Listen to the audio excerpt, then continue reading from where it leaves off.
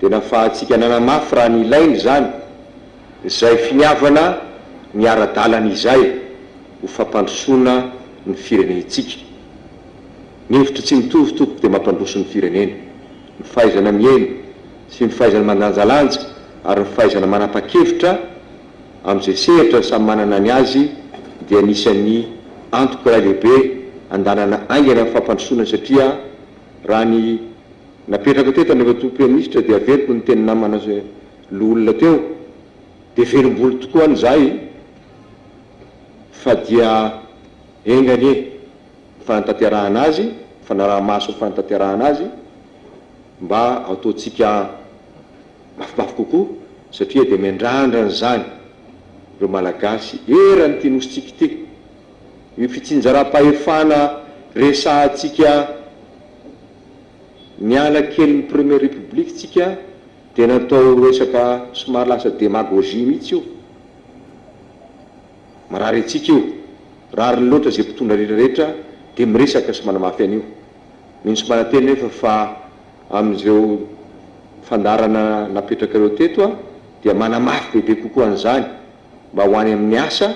fa tsy any amin'ny resaka novany, satria raha ny resaka sy ny lalàna dia fa ao io, efa atao foana io, teteza lafaritra io tamin'ny fotoan'andro, fitsinjaram-pahefana tena izy, alefa ny fitaovana, alefa ny vola, kanefa raha antsika malala aloha fa dia mbola lavitra, misy faritra tena lavitra fandrosoana tokoa, mijaly ny mpiaramonina amintsika, zany tsy maintsy ezaka ataontsika. Ny filazana zany tsy manamaizina na manatsatso nefa vita sy ny vina zay apetrakintsika, fa ny afahantsika mandrefy fa mbola mafy miezaka tsy maintsy takina amintsika, ka ilainy amin'ny sikim-pondro zany, tsy vita ray andro zany, tsy vita herintaona zany, fa mila fandaminana amin'ny firenentsika, ary zany ny angaviana rehetrarehetra mba hifanome tanana fa tsy lany andro anatin'ny tsikera tsy maintsy hisy foana,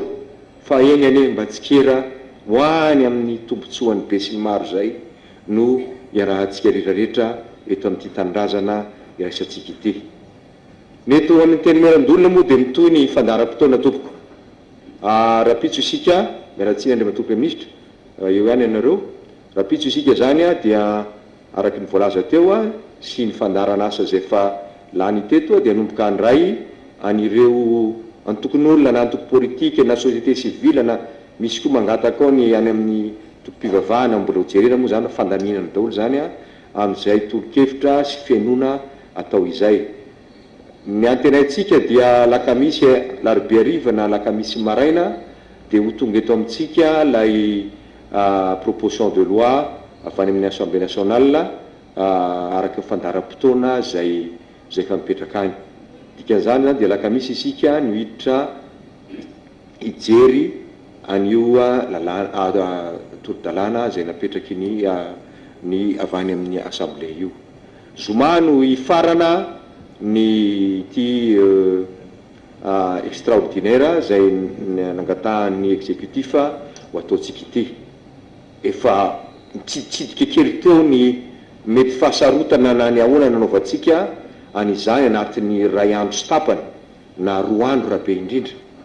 ka dia anjarantsika ny mijery an'izany a fa lazainy izany a eto masiny andriamatoa Premier Ministre ny fandaharam-potoanantsika ahafahantsika mandalina n'izany proposition de loi zay hiatrehantsika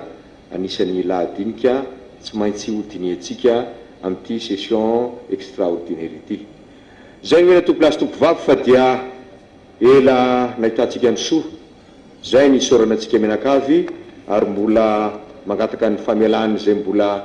saika andray fitenenana satria fa fampidinena teo a dia fa lasa loatra ny ora, ko dia mbola mamerina ny fialatsiny feny ho antsika olona zay mbola efa nisy nanangatanana, misy ny findratoerana mihitsy andeha hiteny fa dia elatsiny fa dia laitsika amin'ny lepana fa dia mankasitraka tompokolahy mankatelina tompovavy.